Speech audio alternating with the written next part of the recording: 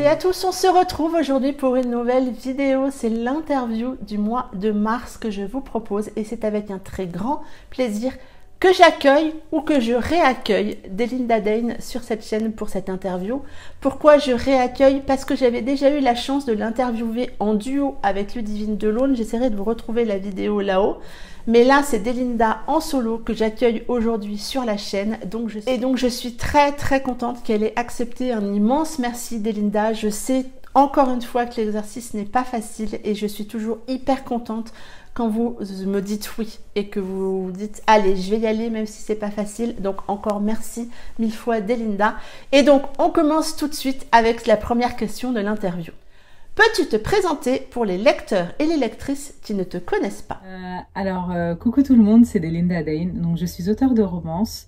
J'écris depuis bientôt 6 ans. Et je suis passionnée de lecture, d'écriture forcément. Et je fais aussi du cake design. Peux-tu également nous dire comment t'es venue l'envie d'écrire, depuis combien de temps tu écris et est-ce que c'est ta seule activité professionnelle? Alors, depuis combien de temps est venue l'envie d'écrire? En fait, j'ai toujours rêvé d'écrire. Depuis toute petite, j'ai toujours rêvé d'écrire, sans vraiment penser pouvoir y arriver. Pour moi, c'était un but inatteignable, en fait, clairement. Hein. C'était le rêve inaccessible. Et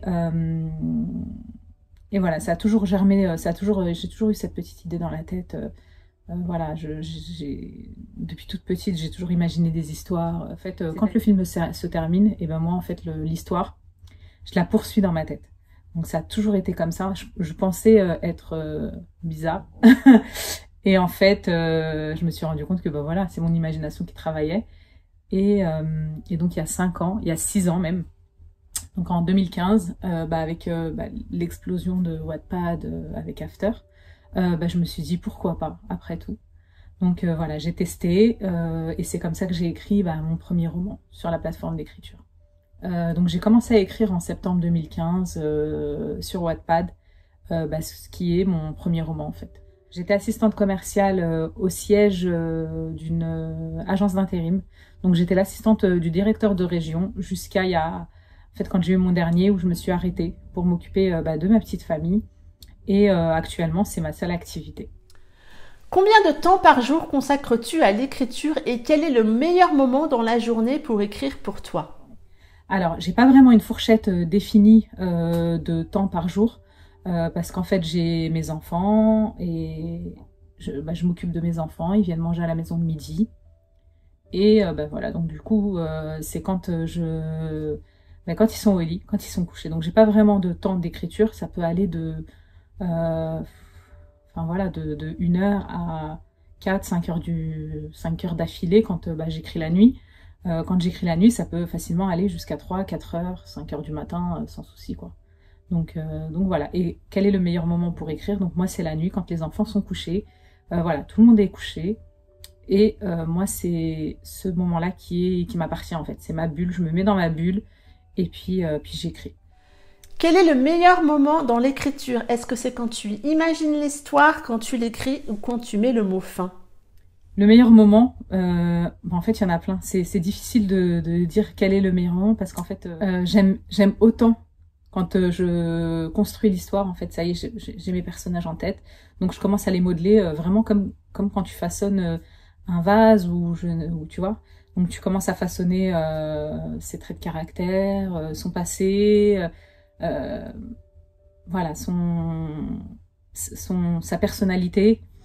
Et moi, j'adore ça, en fait. Voilà, construire ce qui va être les scènes, les intrigues. Ce que j'aime aussi et surtout, c'est quand je reçois le livre, en fait, quand le bouquin est fini, et quand tu reçois ton livre en papier, en fait, là, c'est la consécration de moi d'écriture. Et moi, j'adore ça, en fait. Donc, vraiment, j'aime tout, sauf la correction, peut-être. La correction, c'est le plus dur. Mais sinon, j'aime tout, en fait. J'aime quand... en fait, au début, quand tu écris, tu sais, t'as l'impression que t'as un long chemin à gravir, une immense montagne. Tu sais, t'es là avec ton chapitre, et puis petit à petit, bim, tu gravis le truc. Et tu te rends compte que t'es arrivé au bout, quoi. C'est juste un super accomplissement. Et voilà, donc le moment que je préfère, c'est... mais quand je reçois mon livre à la maison, voilà, ça devient du concret, donc tu l'as dans tes mains, et voilà, c'est beaucoup d'émotions. Dans tous les romans que tu as écrits, quel est celui qui te tient le plus à cœur et pourquoi?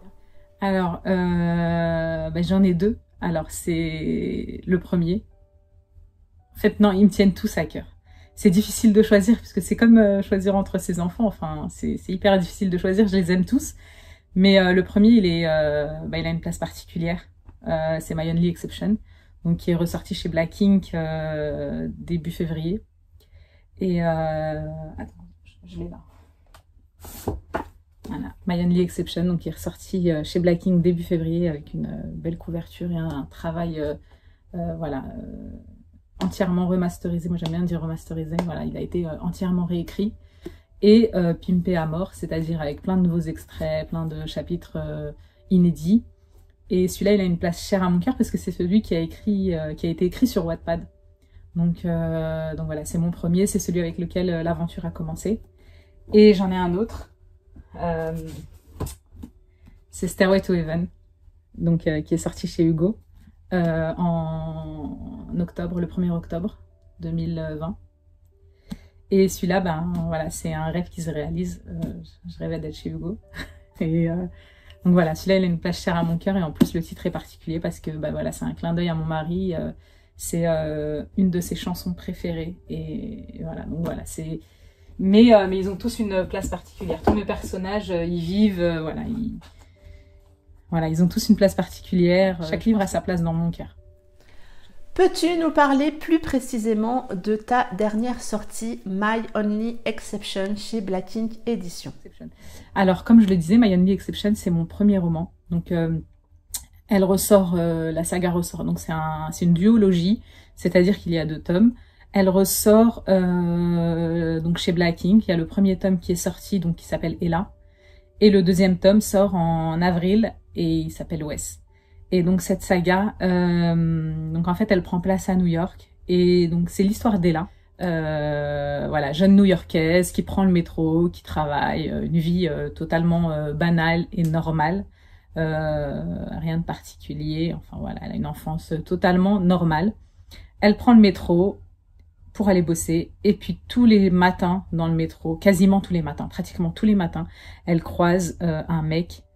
Voilà, assez sombre, fascinant, qui l'attire parce qu'il il a cette particularité d'être hermétique au monde. Donc en fait, elle est vraiment fascinée par lui, fascinée par son apparence. Il est tatoué jusqu'au bout des doigts, en fait, jusqu'aux phalanges.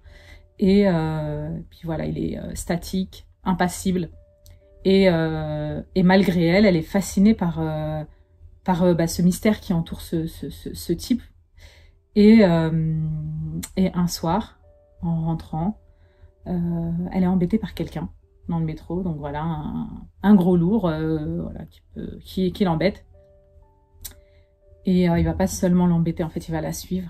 Et en fait, celui qui va lui venir en aide, c'est ce mystérieux gars qu'elle croise souvent. À partir de là, il va se suivre, il va y avoir... voilà, un enchaînement de situations qui fait qu'ils vont se revoir, forcément. et voilà. Et en fait, ce type s'avère qu'il est bien loin d'être le prince charmant. C'est au contraire, voilà, bad boy tatoué. Enfin voilà, c'est mon premier roman. Et j'y ai mis vraiment du bad boy. En veux-tu, en voilà. Il est sombre. Il traîne beaucoup de secrets, cache beaucoup de secrets. Il est très sanguin. Donc voilà, c'est une saga qui est en 2 tomes, entièrement réécrite pour Black Ink. Voilà, dans un nouvel écrin, avec des couvertures splendides. Le tome 2, une couverture mais de ouf malade. Où puisses-tu ton inspiration pour tes histoires et tes personnages? Alors, d'où me vient mon inspiration? Alors c'est très subjectif, c'est dur de dire, voilà, mais en fait je m'inspire de ma vie de tous les jours. de voilà ce qui a bercé mon enfance. Donc par exemple, on va retrouver beaucoup de références à des films, à des séries. Voilà, il y a par exemple Wes. Wes est voilà le personnage de Wes. En fait, avant même d'écrire, en fait, j'avais un personnage qui me voilà qui m'a fascinée. Un soir, je regardais une émission à la télé. Et puis t'as ce mec qui apparaît à la télé, qui est interviewé par Decauninck, il me semble, qui s'appelle Zombie Boy. Et en fait, il m'a totalement captivée. En fait, vraiment, il m'a fascinée. Le personnage m'a fascinée parce qu'en fait, c'est quelqu'un qui est tatoué entièrement. Je crois qu'il est tatoué à 97%. Il est décédé maintenant, mais voilà, il était tatoué à 97%. Voilà, il avait sur son corps un squelette. En fait, son squelette en décomposition tatoué. Donc voilà. Et au-delà de cette apparence qui peut faire peur, en fait, il avait un regard super doux, une façon de parler tellement gentil. Voilà, moi j'ai voulu aller chercher derrière qu'est-ce qui pousse quelqu'un à se tatouer, voilà. Moi j'ai l'impression qu'en fait c'était une carapace. Et voilà. Et Wes s'est imposé à moi comme ça. Donc voilà, ça se construit vraiment. Je me sers de ce que je vis, de mes rêves. Il y a la musique qui inspire aussi beaucoup. Voilà, tu mets ta musique, t'es inspiré. Voilà, ça t'inspire des scènes, des émotions. L'histoire, par exemple, de My Only Exception, pardon, se passe à New York parce que c'est une ville qui me fait rêver. J'ai eu l'occasion d'y aller 2 fois. Je devais y aller une 3e fois, mais bon, avec le Covid, ça a été annulé. Donc voilà, je me sers de ce que je connais, de ce que j'aime, de ce que je rêve. Voilà, c'est de là que ça vient. Vraiment, c'est un tout. Il suffit qu'un jour, je sais pas, je regarde une vidéo YouTube, un prénom qui me plaît, bim, je le garde. Dehors, voilà, une scène un peu rigolote, je vais la garder dans un coin de ma tête. Enfin voilà, c'est vraiment plein de petites scènes, voilà, de scènes, de tranches de vie, d'anecdotes. Rigolotes, voilà, que je garde et puis un jour ça ressort, tu sais même pas à quel moment, et puis quand t'en as besoin, voilà, tu te rappelles, tiens, je me rappelle que tiens, ça pourrait être marrant de mettre ça. Voilà, c'est comme ça que ça se passe, l'inspiration. As-tu encore le temps de lire? Quel genre de lectrice es-tu et vers quel genre de livre vas-tu? Alors, dernièrement, j'ai pas beaucoup le temps de lire parce que j'écris beaucoup et dès que j'ai un peu de temps libre, j'écris. Donc ça fait un petit moment que j'ai pas lu, j'ai une palle qui est... franchement, je compte plus. J'ai une copine qui est venue à la maison, qui m'avait fait le compte des livres que j'avais pas lus. Et en fait, j'ai plus de livres que je n'ai pas lus que de livres lus, en fait. Donc j'étais une très grosse lectrice. Je lisais beaucoup depuis toute petite. J'allais à la bibliothèque, voilà, emprunter des livres. Voilà, j'ai toujours beaucoup lu. Mais depuis que j'écris, je lis beaucoup moins. Donc j'arrive encore à lire là dernièrement, les derniers mois qui sont passés, j'ai pas eu le temps de lire. En revanche, pendant les vacances ou vraiment quand entre deux livres, j'arrive à avoir un petit moment et à ce moment-là, je lis. Quel genre de lectrice je suis? Je lis. Enfin, moi, je peux rester réveillée. Je suis le genre de lectrice qui peut ne pas dormir de la nuit pour finir un livre. Voilà, quand je suis captivée, je peux faire une nuit blanche parce que je ne peux pas reposer le livre. Qu'est-ce que je lis? Alors, je lis de la romance. Je suis une fan inconditionnelle de romance, c'est-à-dire que je peux lire tous les genres tant qu'il y a une histoire d'amour dedans. Je peux lire de l'historique, du fantastique, de la beat-lit. Après, le policier, voilà, j'ai du mal. C'est peut-être le policier et le thriller, c'est des genres que je lis pas trop. Voilà, que je lis pas tellement. J'ai dû en lire peut-être un de chaque ou quelque chose comme ça. Mais voilà, sinon je lis de tout. Tant qu'il y a de la romance, tant qu'il y a une histoire d'amour, moi je suis très fleur bleue. Alors dès qu'il y a une histoire d'amour, que ce soit dans un film ou une série ou un livre, c'est bon, c'est ma came. Quel est le dernier roman que tu as lu? Alors le dernier roman que j'ai lu, donc je l'ai lu un peu en retard, je l'ai lu un peu après les autres, c'est Nos âmes tourmentées de Morgane Moncomble, que j'ai adoré, qui a un gros coup de cœur, qui est d'ailleurs juste là. Peux-tu me décrire ton espace de travail quand tu écris? Mon espace de travail, en fait, c'est très simple. Mon espace de travail se résume à mon ordinateur sur mes genoux, dans mon lit. Parce qu'en fait, j'ai pas de bureau à la maison. On n'a pas la place. J'aimerais bien, mais j'en ai pas. Donc en fait, mon ordi, il m'arrive d'écrire dans le salon, très rarement dans la cuisine, mais vraiment mon espace de taf, Vraiment, c'est sur mes genoux, sur mon lit, quand tout le monde dort. Et voilà, j'ai mes écouteurs, mais j'ai l'impression d'être voilà, dans une petite bulle. Quand tu écris, écoutes-tu de la musique et si oui, laquelle? Quand j'écris, alors oui, j'écoute en musique, j'écoute en fonction de ce que j'écris. Si j'ai besoin d'écrire une scène assez légère, voilà, je vais écouter des musiques légères. Je me rappelle notamment, par exemple, quand j'ai écrit voilà, un quatre-mains avec ma binôme d'écriture Ludivine Delaune. On avait écrit donc la saga Never Dies qui est sortie chez BMR. Donc voilà, quand j'écrivais le deuxième tome qui s'appelle Hope Never Dies, donc avec Connor Mathers, j'écoutais énormément voilà, Eminem. De toute façon, je suis une grande fan d'Eminem. Donc j'écoutais voilà du rap US. Vraiment, je me mets dans l'ambiance du bouquin. Quand j'écrivais Stairway to Heaven, par exemple, je mettais beaucoup de rock. Voilà, donc en fait j'ai des playlists. Donc sur Spotify, j'ai les playlists de mes romans. Et puis il m'arrive des fois de vouloir me faire surprendre. Et puis là, je lance en aléatoire. Et puis je laisse les musiques. Et puis dès que j'en ai une qui me plaît, dès qu'il y en a une qui me plaît, qui m'interpelle, que je trouve vraiment bien, je la like, je la mets en favori. Puis après, je reviens dessus. Enfin, moi, je suis très...